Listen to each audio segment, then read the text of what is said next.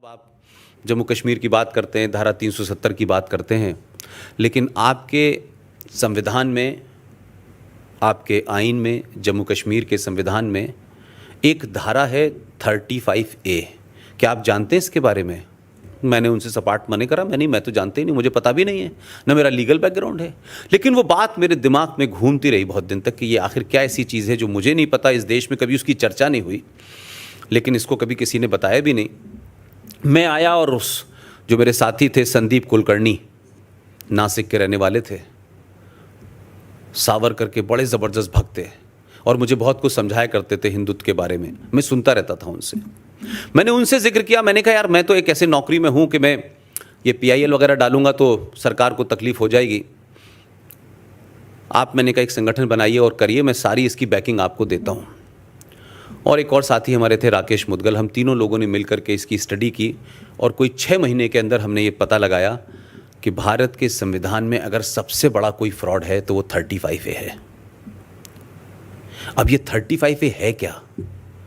35A 14 मई 1954 को जवाहरलाल नेहरू साहब को अपने दोस्त शेख अब्दुल्ला साहब से दोस्ती निभानी थी। शेख अब्दुल्ला साहब ने जितनी मांग मानी, उन्होंने कहा कि हमें एक अलग संविधान चाहिए, आपने संविधान दिया। उन्होंने कहा कि मैं मुख्यमंत्री नहीं कहलाऊंगा, मुझे भी प्रधानमंत्री कहा जाएगा। उन्होंने कहा आप ये भी ले लीजिए। उसके बाद में जब उन्होंने कहा कि जम्मू कश्मीर में नागरिक कौन होगा ये हम तय करेंगे, आप ये भी ले लीजिए। लेकिन जब नागरिक तय करने की बात आई तब मामला आया लीगल। तो डॉक्टर राजेंद्र प्रसाद जी से नेहरू जी ने कहा कि आप एक आदेश जारी करिए। तो राजेंद्र प्रसाद लीगल बैकग्राउंड के थे, उन्होंने कहा ये आदेश तो इलीगल है, ये तो गैर कानूनी है, ये तो गैर संवैधानिक है। तो नेहरू जी ने उनसे कहा कि मैं बाद में बताऊंगा, आप इसको कर दीजिए। वो फिर भी नहीं माने, ये प्रोसीडिंग्स हैं उस वक्त की, वो बता रहा हूं मैं आपको। उस पे उन्होंने कहा कि अगर आप इसको नहीं करेंगे तो मैं कांग्रेस के अधिवेशन में पास करा लूंगा। फ़कत यह है कि उनको साइन करने पड़े और वो 14 मई 1954 को भारत के संविधान में एक 35A नाम की धारा बन गई। और पिछले 70-80 सालों से उस धारा के बारे में भारत के पार्लियामेंट के किसी सदन में न उसे रखा गया, न उस पर चर्चा हुई, न उसे पास किया गया, और वो एज इट इज़ बनी हुई है। ये 35A है क्या?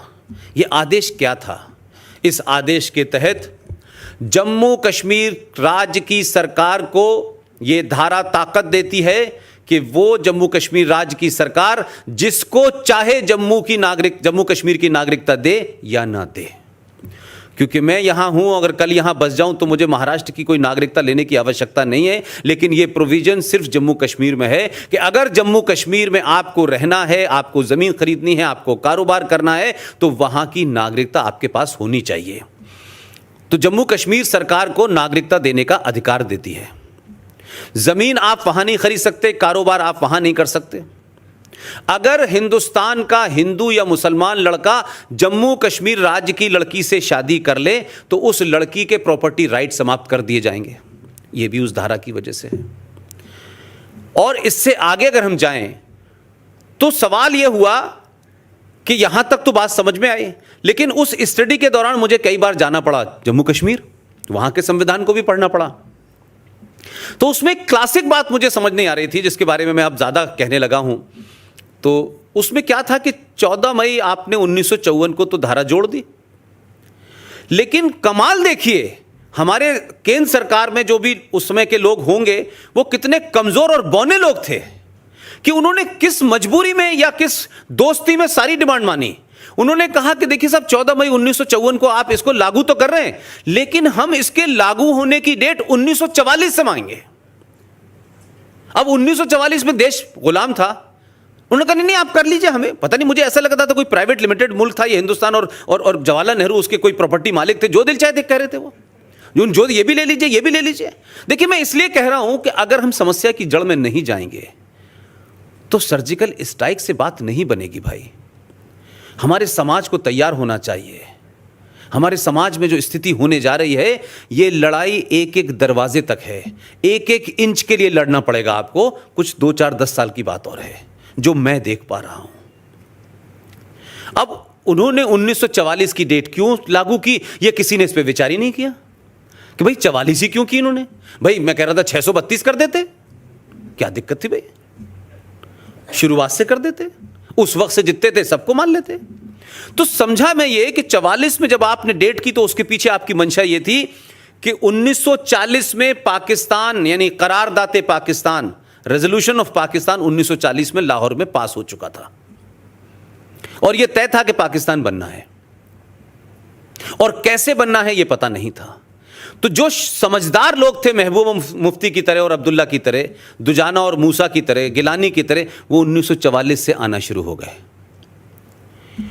1944 के बाद 45, 46 और 47, इन 3 साल के अंदर जम्मू कश्मीर में जो लोग आए, आप देखिए कि कितनी गहरी साजिश है कि वो जो आए बेचारे वो वहीं रहे, ना किसी को नागरिकता देनी थी ना नागरिकता लेनी थी। तो जो आ गए थे वो तो ऑटोमेटिक नागरिक हो जाने चाहिए थे। लेकिन आपने 1944 की डेट इसलिए रखी कि 46, 47, 48 में 5,500 हिंदू परिवार जम्मू कश्मीर में आए थे, जिनकी गिनती आज की डेट में 7.5 लाख है। आपने 1954 में जो आदेश कराया, कट डेट 44 रखी, उसके पीछे मंशा यह थी कि उस वक्त 5,500 और आज 2018-19 में कह रहा हूं कि वो 7.5 लाख लोग हैं, आपने उनको नागरिकता देने से मना कर दिया। यह दुनिया का पहला ऐसा देश है जिसका सबसे बड़ा लोकतंत्र है और लोकतंत्र का पर्व मनाया जाता है।